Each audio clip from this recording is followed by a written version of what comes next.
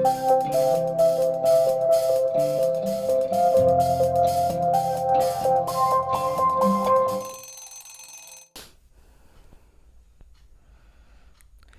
Bunda.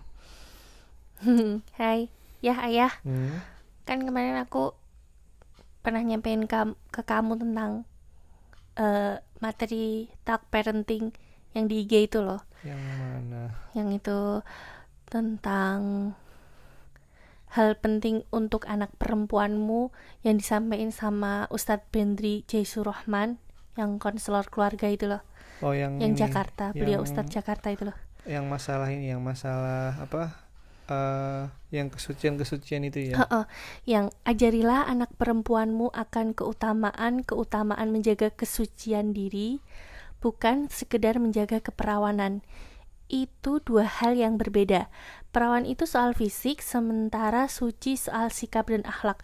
Itu maksudnya gimana sih? Aku agak mikir-mikir tuh Ini gimana agak sih? agak susah, kita harus bikin anak perempuan dulu sayang. Tapi kan kamu juga punya adik Oh perempuan, iya. aku juga punya adik Oh iya. perempuan. Iya. Walaupun sekarang aku nggak punya anak perempuan, tapi aku pengen banget. Tapi kan kita bisa memakai itu untuk adik-adik kita, Oke. ponakan-ponakan Iya, kita. baik baik baik. Iya Kita sayang. juga belum punya ponakan perempuan ya.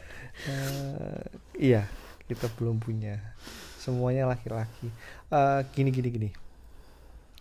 Kalau ayah, ini sebetulnya satu hal yang menarik. Jadi pertama kali ayah jadi ingat pertama kali dengar ini tuh jadi kayak ngerasa bahwa ini yang kemudian menjadi hal yang missing selama ini dalam masyarakat kita, Mm-mm. ya, bahwa ketika kemudian masyarakat kita ini, kalau kita bicara soal titik ekstrimnya feminisme, ya, bicara sedikit soal feminisme, bahwa Mm-mm. ya wanita itu berharga, kamu perawan nggak perawan itu bukan apa ya, bukan, jadi nilaimu tuh bukan ditentukan dari keperawananmu begitu. Mm-mm. Ini kan salah satu apa ya, salah satu poin yang kemudian disampaikan oleh apa namanya, orang-orang feminis begitu.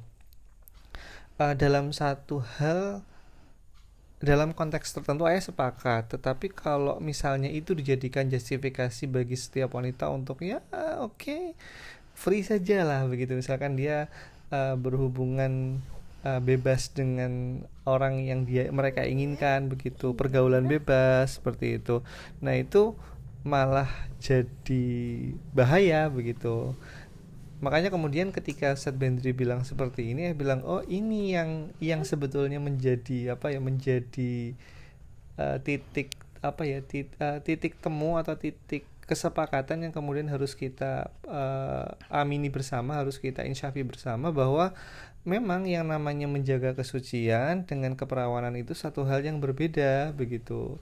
Karena memang kita tidak pungkiri bahwa ketika kita menemukan banyak muslimah yang uh, mendapatkan hidayah itu melalui jalan yang berat Iya, gitu. iya. Sebelum-sebelumnya mungkin dia terjebak dalam lembah maksiat, atau kemudian diperlakukan dengan tidak layak begitu.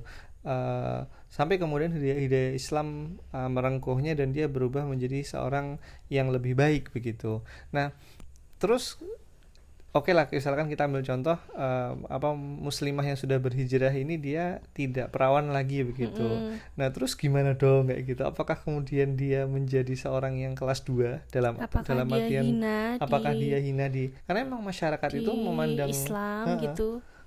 Karena gini Bunda, selama ini kan kita memahami bahwa masyarakat itu sangat-sangat menjunjung tinggi keperawanan begitu. Sampai Mm-mm. kemudian ada apa jokes yang selalu diulang dan diulang begitu. Mm-mm. Kalau nemu botol itu kan do not accept it if the seal was broken. Ya, jadi Mm-mm. jangan diterima bila segel rusak. Nah, ini kan Mm-mm. sebetulnya kan menjadi cerminan bagi masyarakat kita bahwa betapa masyarakat kita itu sangat-sangat menjunjung tinggi keperawanan.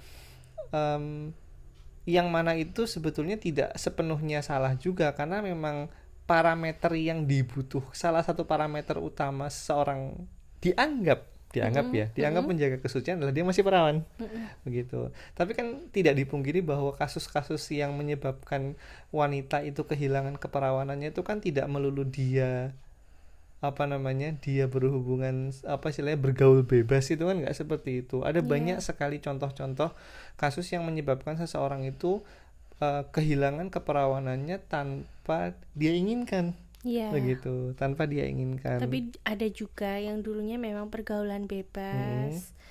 Ya dia merasa it's okay, nggak masalah. Kemudian dia mendapatkan hidayah dari Allah kayak gitu. Ada juga kan yang seperti kasus seperti itu. Itu yang makanya yang ayah sebut di awal tadi. Orang-orang yang kemudian para muslimah yang seperti ini apakah kemudian dianggap hina? Kan ya enggak gitu loh. Maka kemudian kita ayah jadi kemudian merasa iya juga ya begitu. Ketika kita membahas soal keperawanan itu hal yang berbeda dengan menjaga kesucian. Bagi ayah ketika wanita itu menjaga kesuciannya, hatta dia sudah pernah melalui masa lalu yang buruk sekalipun, atau kemudian taruhlah naudzubillahi min dzalik dia diperkosa, atau kemudian segala hal yang menyebabkan dia harus kehilangan keperawanannya begitu, selama kemudian kondisi terakhirnya dia begitu adalah kondisi yang tidak menginginkan itu dalam rangka menjaga kesucian begitu, dengan ketika misalkan dia khilaf, dia menyesalinya dengan sesal-sesalnya begitu, maka ya dia itu menjaga kesucian, taubatan nasuha, dan menjaga taubat itu sampai akhir hayatnya. Iya. Jadi ya dia menjaga kesucian begitu dalam Islam begitu, dia dianggap orang yang menjaga kesucian begitu, meskipun dia tidak perawan lagi, dan dia mulia walaupun dulu pernah berdosa. Berdosa dan dalam pandangan umum itu dosa. Padahal dia tidak menginginkannya. Gitu.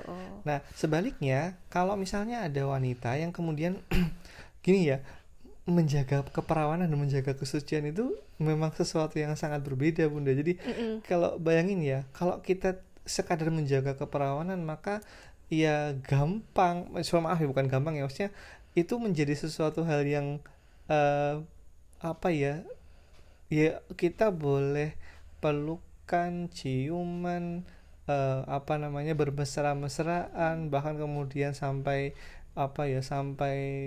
ya bercumbu lah bahasanya begitu, asal nggak berhubungan seks, itu menjaga keperawanan sebetulnya. Iya sih. Itu tapi kan nah ya makanya kemudian tapi dalam Islam kan nggak seperti itu. Islam tidak mengajarkan pemeluknya itu untuk seperti itu. Jadi kayak ya berarti memang menjaga kesucian itu dan menjaga keperawanan dan menjaga kesucian itu dua hal yang berbeda begitu. Meskipun kemudian dua-duanya saling berkaitan, tetapi dua hal itu berbeda. Seperti itu. Jadi ya ini kalau kata ayah sih ya, kalau kata ayah ini kayak semacam kabar gembira yang bikin ya muslimah dimanapun berada itu ayem begitu, ayem.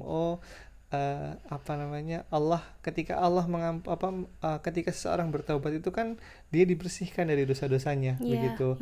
Nah itu tidak ada hubungan dengan keadaan fisik atau tidak begitu, misalnya masih perawan atau nggak perawan, itu nggak ada hubungannya begitu. Dan sungguh sebetulnya ketika muslimah seperti ini maka laki-laki ya harus punya pandangan bahwa dia itu punya kemuliaan yang sama seperti seorang yang masih perawan begitu. Seharusnya seperti itu, karena ya di mata Allah itu kan bukan masalah perawan nggak perawan, tapi kan ketakwaannya kan begitu. Seperti itu gitu, Bunda, kalau pendapatnya ayah. Terus kalau misalnya nih kita sebagai orang tua pura-puranya kita punya anak perempuan. Pura-puranya atau kita menjaga adik-adik kita nih kayak gitu. Nah, kita sebagai kakak, kita sebagai orang tua itu menjaga adik-adik kita untuk selalu menjaga kesuciannya itu diawali dari apa kayak gitu misalnya? Kalau ayah sih yang ayah pahami, pertama kita harus memahami bahwa interaksi antara laki-laki dan perempuan dalam Islam itu diatur dengan sedemikian rupa begitu. Jangankan masalah bergaul begitu, mandang saja itu diatur begitu loh. Iya, Mandang iya, saja iya. Aku diatur. inget ya. Ayah itu memandangku sebelum nikah sampai sekitar 5 hari setelah pernikahan itu masih godul basor. Seminggu kalau nggak salah. Aku jadi bingung. Hei pak, kamu sudah menikah denganku. Kenapa kamu masih godul basor? Ya gimana ya? Ya Ya itulah. ya kan malu. Ya, itu malu apa godul basor? Ya nggak, ya auto gitu, karena memang ayah kan diajarkan sejak kecil kayak gitu Menjaga gitu, pandangan. menjaga Oke, pandangan. Meskipun baik. ya lagi-lagi yang namanya laki-laki, Mm-mm. curi-curi pandang itu sesuatu yang ya gimana gitu. Tapi seingatku tuh kamu tuh selalu menundukkan pandangan Ya mu gimana. kepada aku kayak gitu. Terus lanjut malah OOT. Oh, oh cantik, cantik dulu kalau kayak begitu. Hede. Cantik nunduk, cantik nunduk. terus Kayak terus gitu. terus Eh, jadi pertama tadi apa? ya apa cara memandang, apa ya cara, jadi ketahuilah bahwa laki-laki dan perempuan tuh interaksinya dibatasi begitu. Itu harus difahamkan kepada mereka menjelang akil balik. Ini Iya. patokannya bukan ini ya, bukan pengalaman ayah ya, tapi kemudian bagaimana ngelihat Abi sama Umi, adik-adik begitu, saudara-saudara gimana begitu. Nah, caranya adalah kemudian seperti itu. Nah, tentunya kemudian apa pembatasan hubungan interaksi antara laki-laki dan perempuan ini, setiap keluarga itu punya standarnya masing-masing Iya. begitu. Ada yang kemudian benar-benar strict, nggak boleh punya teman laki-laki begitu, nggak boleh nggak boleh nerima telepon dari laki-laki ya, model seperti itu. Ya kalau misalnya memang standarnya seperti itu untuk menjaga, kalau kata ayah ya sudah, itu keputusan keluarga tersebut begitu. Tetapi yang harus difahami adalah jangan sampai kemudian pembatasan ini, pengekangan ini, Iya. yaitu menjadi menjadi senjata makan tuan begitu. Tapi biasanya ya kayak gitu tuh kasuistik. Hmm, Dia itu diberikan aturan jeder, tapi tidak dibarengi dengan pemahaman. kayak gitu. Ya itu ini sih, itu catatan besar ya begitu, catatan besar bagi kita, karena memang banyak orang-orang yang kemudian akhirnya masuk ke dalam kasus rebel ya, melawan orang tua kemudian itu karena memang terlalu dikekang tanpa diberikan pemahaman Iya. begitu. Pemahamannya ini yang sering diberikan tuh cuma seperti ini loh, ini untuk kebaikanmu sendiri, ini sebetulnya nggak selesai begitu, Iya. karena memang subjektif sekali, untuk kebaikanmu sendiri atau untuk kebaikan orang tuanya. Iya. Kan ada kasus-kasus kemudian misalnya ngomongnya begini, kamu itu kok keluyuran malam-malam, apa kata tetangga nanti, anak gadis bapak sama ibu keluyuran malam-malam.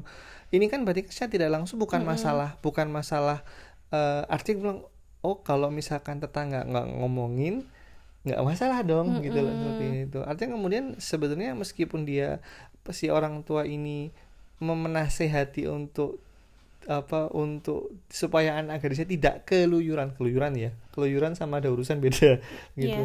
Iya. Tidak keluyuran malam-malam, mereka sebetulnya hanya ingin itu mementingkan diri mereka sendiri begitu. Nah, itu kan dalam pandangan anak. Tapi kalau aku ya ngelihatnya dalam pandangan orang tua, sebenarnya orang tua tuh ya ngomong kayak gitu karena yang dia pikirin langsung, atau mungkin waktu dulu tuh instalannya orang tuanya tuh juga kayak gitu. Jadi dia tuh belum menginstal ulang tentang bagaimana harus bersikap kepada anak zaman sekarang kayak gitu. Jadi dia masih pakai instalan lama kayak gitu loh. Nah, menurut dia ketika dia ngomong gitu, dia itu berharap bahwa anaknya tuh paham, ini tuh untuk kebaikanmu, bunda itu ngomong gini. Tapi anaknya itu memahaminya, alah kayak gitu, ini tuh biar ayah sama bunda nggak malu aja kan kayak gitu, jadinya aku nggak boleh keluar kayak gitu loh. Jadi belum ada ketemu satu Titik temu ya. titik temu yang nak ini tuh untuk kebaikan kita bersama kayak gitu loh. Iya. Bunda tidak khawatir karena kamu itu amanah bunda, harus bunda jaga, dan kamu juga selamat dari segala mara bahaya yang ada di luar, kayak gitu loh. Jadi kayak gitu loh. Nek aku loh bayanginnya. Iya, jadi gimana ya? Ini banyak hal yang harus dibahas ya. Satu, terkait masalah yang bunda bilang tadi, perbedaan pola pikir, ya instalan model parenting yang diberikan oleh yang didapatkan si orang tua itu dipraktekkan ulang kepada anaknya. Padahal didiklah anak-anakmu sesuai dengan zamannya. Ini bukan ini sih, maksudnya kata-kata ini benar, tapi jangan kemudian dijadikan jadikan gimana? Enggak, karena memang ini perkataannya Umar bin Khattab radhiyallahu anhu, iya begitu. Tapi ini bukan hadis. Iya. Ini bukan hadis. Harus, karena beda kedudukannya begitu ya. Juga nggak ngerasa itu hadis kok. Ya maksudnya gini. Ada beberapa orang mungkin taunya itu hadis gitu. Maksudnya gini, menganggap bahwa ini adalah satu petunjuk maha benar yang harus menyejajarkan bahwa ini kudu dicekal begitu. Padahal ya lagi-lagi setiap keluarga punya standarnya sendiri-sendiri begitu. Oke, lanjut ya. Itu masalah perbedaan persepsi, culture gap lah. Seperti itu. Kemudian yang berikutnya adalah masalah membangun kesepakatan antara orang tua dengan anak. Ini juga penting. Karena banyak dari kita yang kemudian salah dalam menyepakati sesuatu dengan anaknya dari awal, sehingga kemudian anak menjadi tidak respect dengan aturan itu. Begitu. Jadi contohnya kayak misalkan dilarang keluar malam begitu. Kemudian ketika anaknya pulang terlambat dimarahin dan lain sebagainya begitu. Anak jadi merasa antipati, padahal mungkin dia punya alasan tapi tidak kemudian didengarkan begitu. Pokoknya nggak boleh dan lain sebagainya. Jadi itu itu membuat anak bilang, ini aturan ini mengekangku begitu. Kalau itu Biru, bunda dengerin dulu, aku mau ngomong. Akunya udah mau bunda sebentar, aku mau baiklah. itu kan memang kesepakatan kita kan selalu didik sama Biru bahwa kalau ayah sama bunda mau ngomong, dengarkan. Nah di sisi lain Biru kan ngomong mau dengarkan, jadi kita mendengarkan. Tapi ternyata kita tuh sebagai orang tua pada umumnya yang lain-lain tuh ternyata sulit gitu loh untuk diem mendengarkan anak gitu loh. Itu tuh harus dilatih banget gitu loh. Nah itu ini akan menjadi tantangan bagi kita juga, bunda. Ketika Biru sudah masuk masa puber, sudah masuk, dia akan sangat sering keluar begitu. Nah itu nanti itu akan kemudian menjadi hal tersendiri. Bunda akan punya kekhawatiran sendiri, ayah juga pasti juga punya begitu. Itu ini nanti harus kita buat namanya kesepakatan begitu. Yang namanya kesepakatan itu berarti ada dua pihak yang menyampaikan keinginan dan aspirasi, dan di tengah-tengah untuk ketemu kata sepakat. Ini kayak rapat RT bermusyawarah, ada musyawarah begitu. Iya. Nah, yang ada adalah selama ini banyak orang tua yang mengabaikan hal ini. Kesepakatan itu hanya namanya kesepakatan, tapi lebih kepada satu pihak begitu. Orang tua tidak mendengarkan apa yang diharapkan oleh anak. Misalnya begini, jam pulang maksimal jam 4 sore begitu, misalnya begitu, tanpa ada kompromi begitu. Lupa, tidak sadar bahwa anak itu punya aktivitas yang banyak begitu, aktivitas ini dan ini begitu. Nah, seharusnya ya kita harus kemudian mengakomodir begitu. Ini aktivitasmu apa sih begitu di luar? Oh begini. Oke. Berarti pulang jam sekian begitu. Bisa nggak kalau jam segini? Oh nggak bisa. Oke, kita ginikan lagi. Kalau segini terlalu malam, kita kurangi. Kamu kurangi aktivitasmu, pilih salah satu yang harus kamu kurangi. Tapi gini. Kalau kamu jalankan semuanya, kita tidak tercapai kata sepakat. Yang dari ayah, misalnya ayah sama bunda ingin berharap kamu pulang jam segini, misalnya begitu. Kamu gimana? Nah, jadi ada musyawarah begitu, komunikasi antara kedua belah pihak, dan dengan ini itu semua menghormati. Jadi namanya peraturan itu ketika dibuat secara musyawarah, maka dia akan dihormati oleh kedua belah pihak Ya, begitu. sepakat. Seperti itu. Dan jangan lupa ketika kita sudah menegakkan peraturan, maka ya kita harus menjadi seorang raja tega. Ya. Gitu. Ingat ceritanya Pak Adriano Rusfi yang pulang jam segini begitu. Kemudian anak laki-lakinya itu nggak pulang, jadi sudah sampai jam segini belum pulang. Anaknya itu udah balik, jadi dianggapnya ya, kita tahu presisnya Pak Adriano ya, saat itu kan bilang anak yang sudah balik itu di rumah itu statusnya numpang. Kayak gitu. Ini terakhir ya, sebelum ini terakhir ya. Jadi si anak ini belum pulang begitu. Abah langsung bilang, ayo kita semua keluar makan seafood. Kesukaannya si anak itu menyengaja keluar buat makan seafood. Nah, anaknya pulang, rumah kok dikunci gitu, bilang telepon begitu, beh pada keluar semua, iya nih lagi pada makan seafood begitu.